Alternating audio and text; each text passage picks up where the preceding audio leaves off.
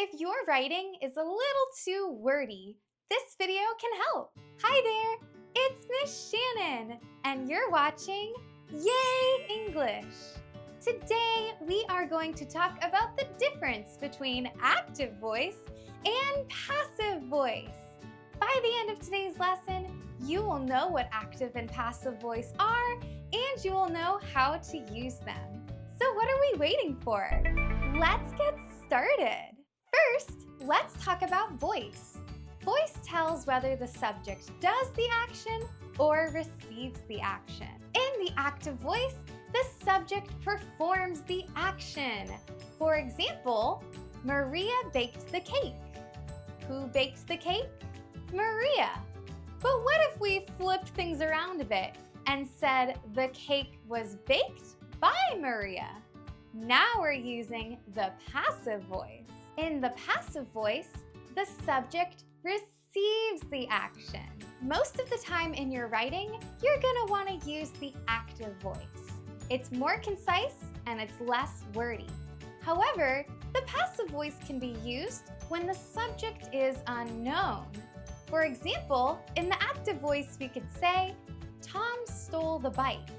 But if we don't know the subject, we could use the passive voice and say, the bike was stolen. So now it's time to practice using the active and passive voice. It's time to step it up. The following sentences use the passive voice, and it's up to you to make these sentences active. Here's your first one. The piano was played by the boy.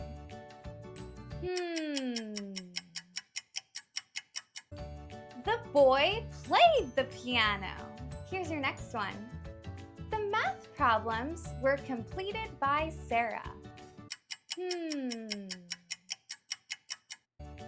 Sarah completed the math problems. If you got that one right, smash that like button. How about this one?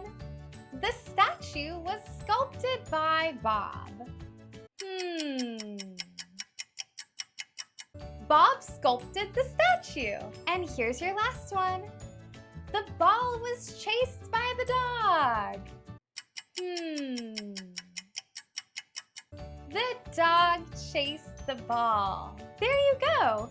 Now you know what the active and passive voice are, and you know how to use them. Comment with your own example using the passive and active voice. If you haven't already, be sure to subscribe so you never miss a new video.